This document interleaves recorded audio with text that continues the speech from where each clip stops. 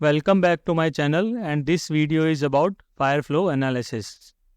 When we talk about goal of urban water supply distribution system, the primary one is to provide minimum required amount of water as per standards, which also meets quality parameter.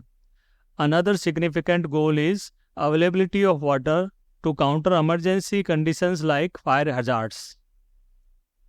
The day humans got to know about fire, they are afraid of its horrible side. The fire incidence has various impact on human life. This starts with inconvenience to people life, and further there is economic destruction. Due to fire hazards, there is loss of life and property, and it's very difficult to come out from such losses. And ultimately there is emotional and social suffering which lasts longer. After knowing the damages caused by fire, we should know how to improve firefighting capacity of our city. There are many ways, but here we focus on using water supply network.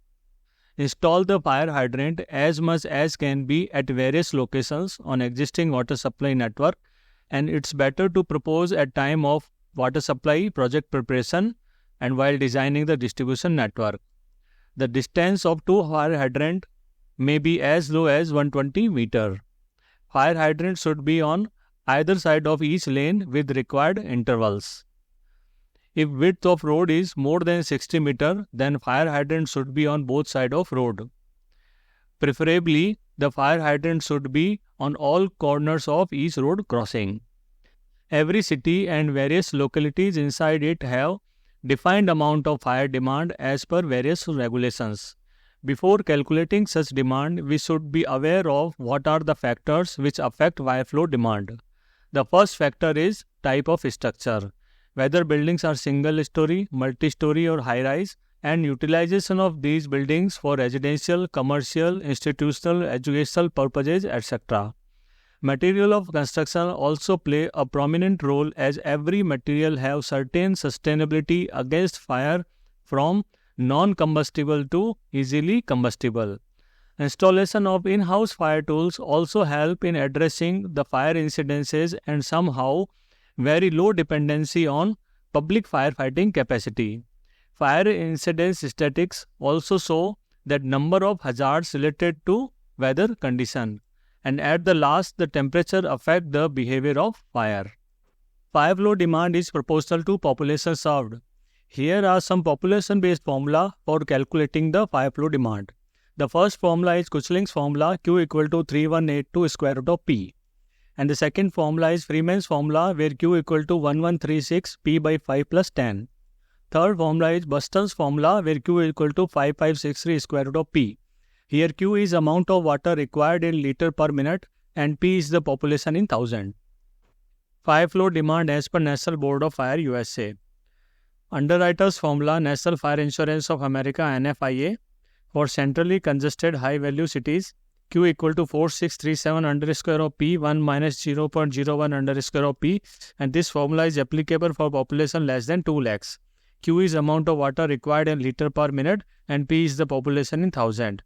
Additional 54,000 liter per minute is required for population greater than 2 lakhs and extra 9,100 to 36,000 liter per minute for second fire incidence. For residential buildings, fire flow demand depends upon the type of building. So here are some fire flow demand based on the type of buildings. Fire flow requirement as per Indian standards. CPHU Government of India manual says the fire demand Q equal to 100 square root of P. This is applicable for population greater than 50,000.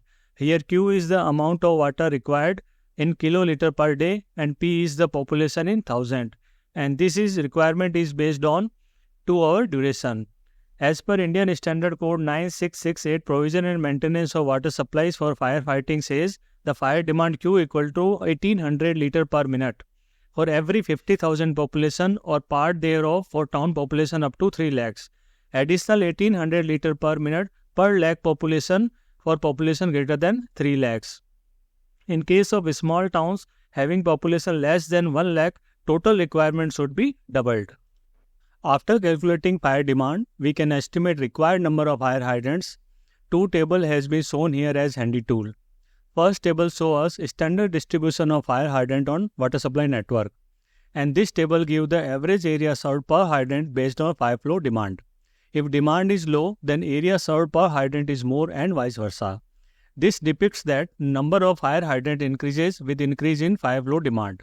Here area refers to the total floor area of building blocks and surrounding states. Second table gives the required duration of fire flow, which is related to fire flow demand. If the fire flow requirement is high, number of hours increases to extinguish fire. How water supply network react when fire hydrant operate? This is a typical example of a water supply distribution network showing the source, the water nodes, pipe diameter and location of the houses. And these are the location where fire hydrant has been installed. As soon as any building caught fire, the nearby fire hydrant start operate and discharging the water. All the nodes connected to that fire hydrant, the pressure start dropping. So, for continuous operation of fire hydrant, pressure should not be dropped in nearby nodes. For water supply model calibration, field estimation of fire flow is required. This is a water supply distribution network having a fire hydrant called residual hydrant and the second hydrant is test hydrant. Both these hydrants should be nearby. The residual hydrant measure the pressure and the test hydrant measure the flow.